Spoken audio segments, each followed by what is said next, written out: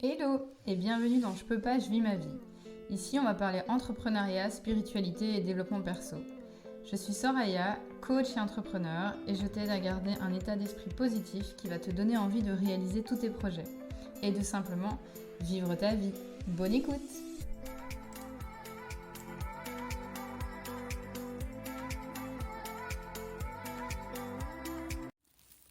Hello et bienvenue dans ce nouvel épisode. Aujourd'hui, tout en promenant mon chien, je me rappelle que le dernier épisode qui m'est venu, j'avais une inspiration folle. Je voulais vous le faire, je me promenais en pleine nature. Et c'est ça que j'aime beaucoup dans le podcast, c'est de pouvoir le faire n'importe quand. Il y avait énormément de vent, donc malheureusement, pour épargner vos petites oreilles, je l'ai refait à la maison.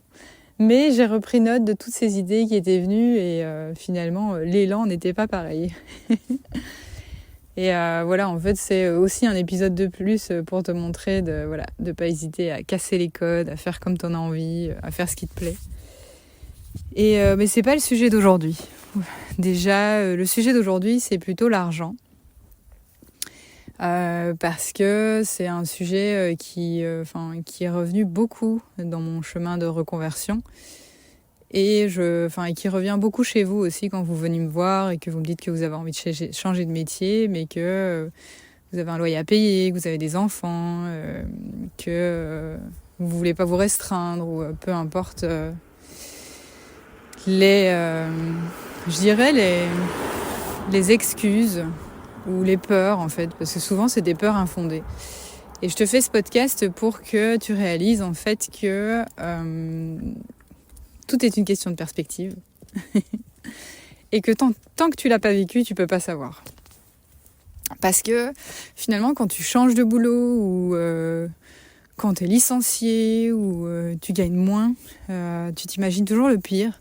C'est comment je vais faire pour m'en sortir. Je vais me retrouver SDF, je vais manquer. Et j'avoue que moi, cette peur du manque, elle m'a suivie pendant très longtemps, alors que je n'ai jamais manqué. Et puis finalement, en creusant, j'ai réalisé que c'était une peur qui ne m'appartenait pas. Donc c'était plutôt une croyance sur laquelle j'ai travaillé. Et en fait, j'ai réalisé une chose, c'est que quand j'ai commencé mon activité, j'avais une différence de 1 000 € par rapport au salaire de prof que j'ai pu avoir.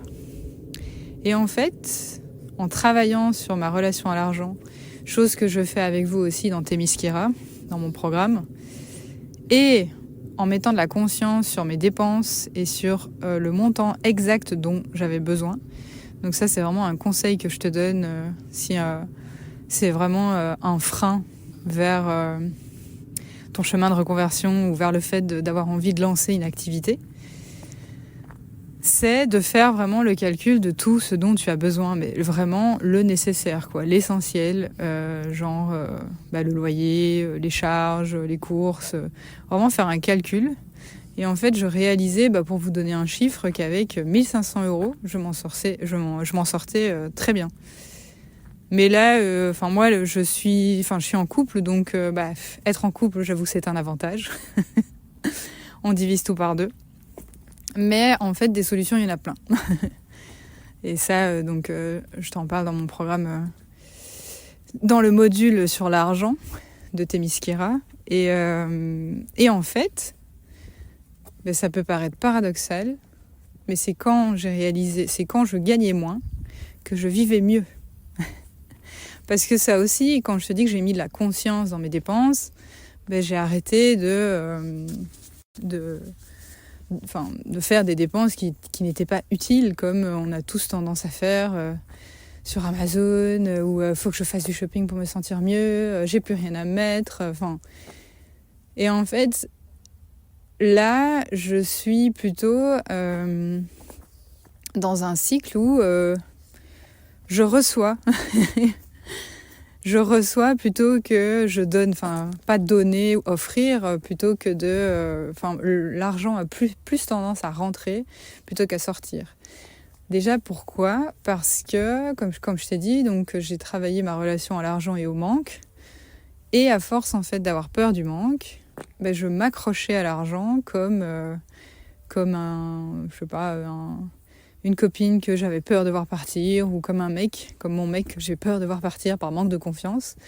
Et donc plus je m'accrochais en fait à cette peur du manque, plus j'avais peur de manquer, plus j'attirais le manque. Donc c'est-à-dire que j'avais plus de factures, ou j'étais dans le rouge et je comprenais pas pourquoi. Enfin voilà, plus j'avais peur d'être dans le manque, plus j'étais dans le manque. Et en fait, c'est donc cette première chose, quand j'ai réalisé que j'étais pas dans le manque, bien au contraire, hein, je pense que on est tous dans l'abondance une fois qu'on a vraiment pris le temps de mettre de la conscience dessus. Parce que comme je t'ai dit, j'ai fait le calcul de tout ce dont j'avais besoin pour vivre. Et en fait, je me dis, une fois que j'ai payé tout ce dont j'ai besoin, il m'en reste encore. Et avant, c'était, mais où part mon argent ? Et ça va très vite.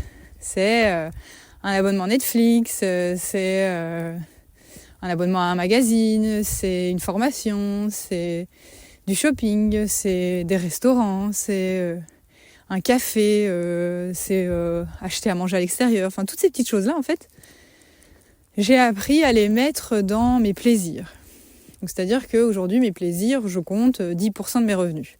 Et encore, c'est quand j'ai envie de me faire plaisir. Parce que les plaisirs, je remplis pas nécessairement les 10% de mon salaire pour me faire plaisir. Pour moi, le plaisir, par exemple, le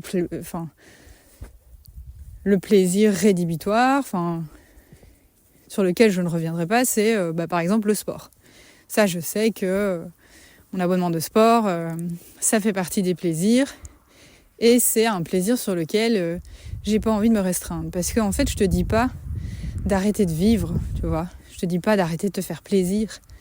Je te dis en fait de mettre de la conscience et de choisir et de savoir faire la différence entre envie et besoin. Est-ce que j'en ai vraiment envie ?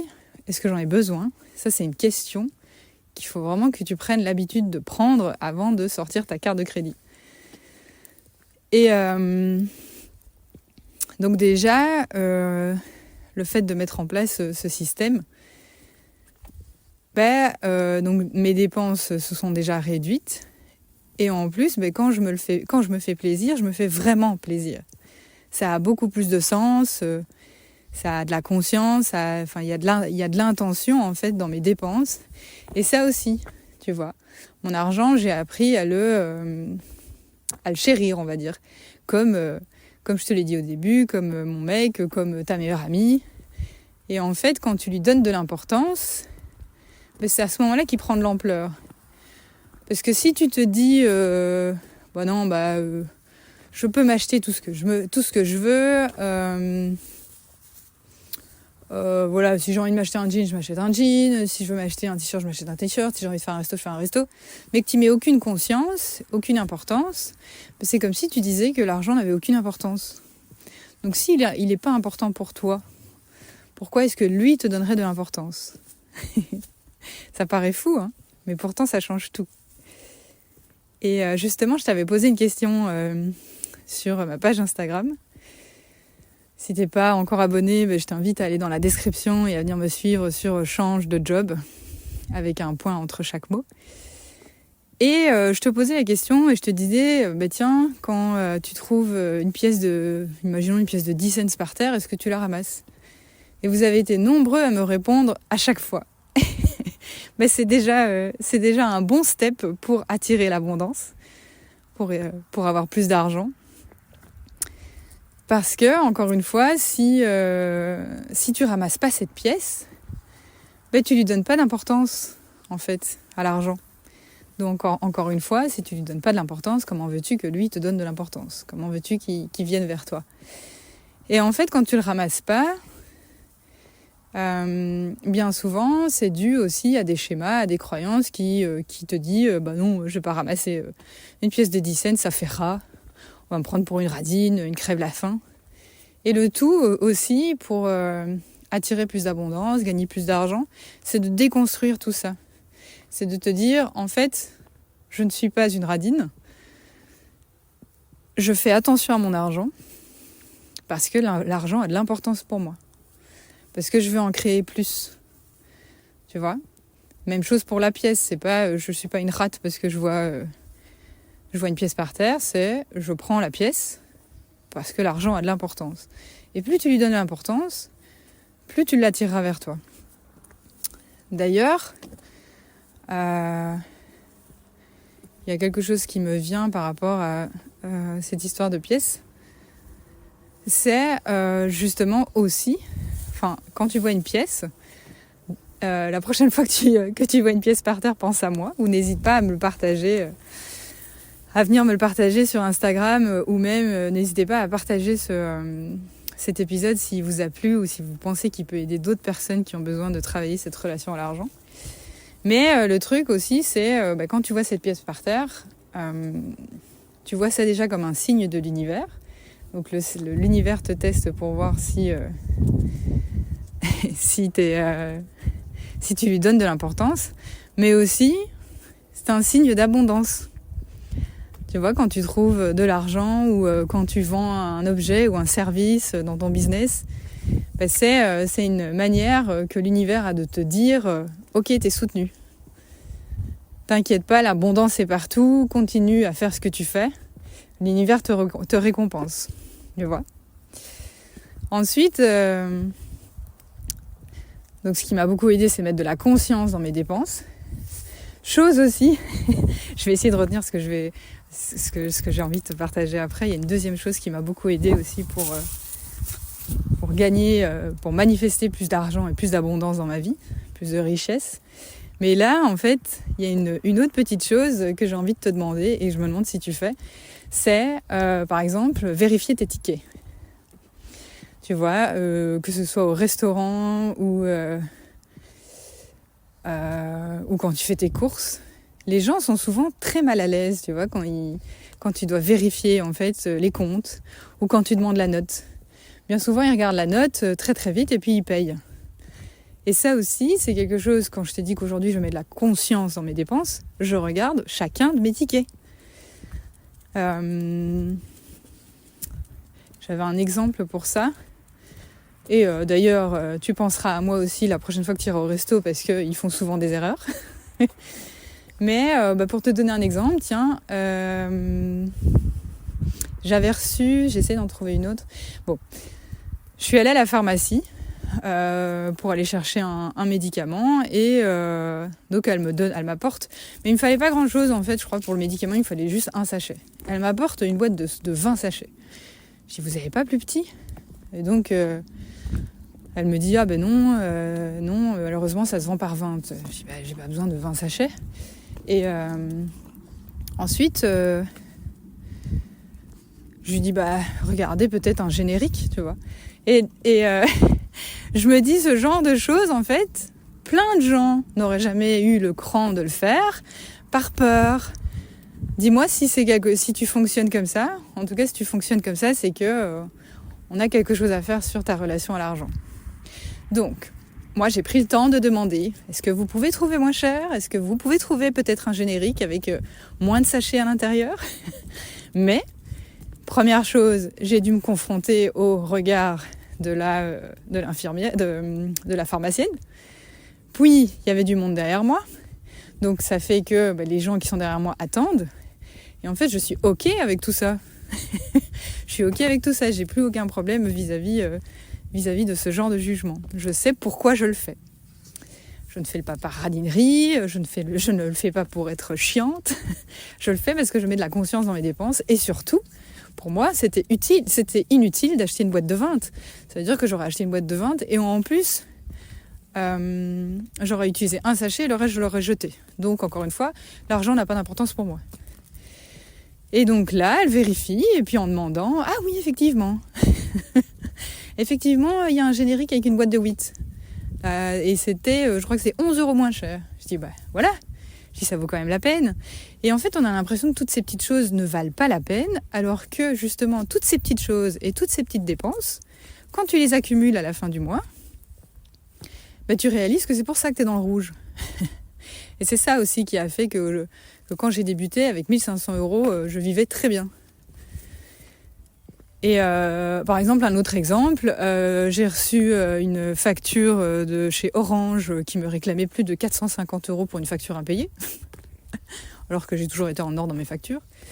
Et là, j'avais le truc qui fait peur, tu vois, huissier qui est venu sonner à la porte, convocation au palais de justice. Et quand je demande autour de moi, on me dit « un conseil, paye ». Quand tu reçois des huissiers, quand tu reçois des convocations, paye. Et moi, vous allez commencer à me connaître, hors de question. Hors de question, je dis mes factures ont toujours été payées et celle qui me réclame, je ne l'ai jamais reçue. Donc, je me pointe, je vais jusqu'au bout, palais de justice et compagnie, face à une avocate. Et voilà, donc je montre mon dossier avec toutes mes factures payées, que ça doit être une erreur. Et finalement, oula, vous entendez peut-être mon chien en train de faire la folle. Ma petite Cali, mon petit Carlin, d'ailleurs tu l'as pas encore découvert, je te la fais découvrir dans mes stories, elle est adorable. Et donc tout ça pour te dire que je me suis pointée, j'ai pris le temps d'aller au palais de justice et au lieu de payer 450 €, je me retrouve avec une facture de 90 €. Donc tu vois, parfois, même souvent, très souvent, ça vaut la peine de mettre de la conscience dans tes dépenses et de paraître chiante, égoïste ou radine aux yeux des autres parce que toi tu sais que c'est pas ton cas, c'est juste que tu mets de la conscience et que tu as envie d'attirer plus d'abondance. Sinon, donc une deuxième chose qui a fait que je vivais, j'avais l'impression d'être riche avec 1500 € par mois, c'était par rapport à mon focus en fait. Le problème, c'est que j'avais tendance à mettre toute mon attention sur ce que je n'avais pas. Il faut que je gagne plus d'argent, il faut que je vende mes services, il faut que mon business fonctionne. Donc, le truc, c'est que je mettais toute mon attention sur ce que je manquais. Donc je te le donne en mille. Qu'est-ce que je faisais ? J'attirais encore plus de manque. Je vendais pas mes services, j'avais des factures, j'étais dans le rouge, j'avais des choses qui n'étaient pas prévues qui arrivaient. Tout ce genre de choses qu'on adore, les imprévus. Et donc, en fait, comment est-ce que j'ai fait justement pour changer mon focus et le mettre ailleurs, c'est que, en fait, au lieu de mettre mon attention et, tu sais, c'est un peu comme quand tu rumines. Hein. Tu vois, tu te disputes avec quelqu'un, ça te fait chier, tu essaies de penser à autre chose. Maintenant, qu'est-ce que tu fais ? Tu remets une pièce dans la machine. Et là, au lieu de remettre une pièce dans la machine, en fait, j'ai mis mon attention sur tout ce que je pouvais créer. Donc, ça a commencé par des petites choses, des ventes sur Facebook, des vêtements sur Vinted, d'autres opportunités qui se présentaient à moi. Et puis quand j'ai commencé à réaliser toute l'abondance que je créais, toute l'abondance que j'avais autour de moi, parce que je vous rappelle que l'abondance, c'est un droit de naissance, on l'a tous, mon attention a commencé à se focaliser sur tout ce que je créais et tout ce que je gagnais et tout ce que j'attirais. Donc, avec un petit salaire, je vivais déjà comme une reine. Là, j'ai attiré encore plus d'abondance. Et là, j'ai commencé à vendre mes services, à attirer plus de clients, à faire grandir mon business. Entre autres. Il y a bien sûr d'autres actions qui se sont faites derrière pour arriver à atteindre les objectifs que tu veux te fixer par rapport à ton activité, que ce soit une nouvelle activité, que ce soit une activité complémentaire. Donc voilà déjà des astuces pour apporter plus d'abondance, apporter plus de richesse, apporter plus d'argent. Parce que l'abondance, c'est très large aussi. Ça aussi, quand je te dis je mets du focus sur l'abondance que je crée, quand je te parle d'abondance, c'est pas que d'argent. C'est cultiver la gratitude et réaliser en fait waouh, je suis super bien entourée, j'ai un mec génial, j'adore ma famille, j'adore mon appartement, j'ai le luxe de pouvoir faire du sport quand j'en ai envie, je me sens bien dans ma peau. Enfin, il y a du soleil aujourd'hui. Vous voyez, toutes ces choses, en fait, c'est une façon aussi de réaliser toute l'abondance qu'on a autour de nous. Enfin voilà, ma petite Cali est en train de s'exciter, donc je pense que je vais en rester là. En tout cas, encore une fois, n'hésitez pas à me partager vos avis par rapport aux épisodes de podcast, à le partager en story sur Insta en me marquant @change de job. Je serais vraiment ravie d'en discuter avec vous, de voir qui l'écoute, de le partager.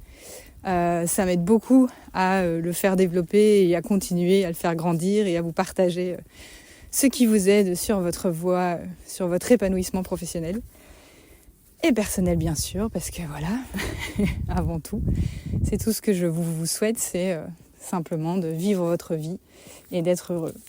Voilà, je vous embrasse, je vous dis à très bientôt pour un nouvel épisode et ciao. Merci pour ton écoute. Si ce podcast t'a plu, je t'invite à y mettre 5 étoiles via la plateforme de ton choix. Cela m'aidera à le faire grandir et à le faire connaître à un maximum de personnes.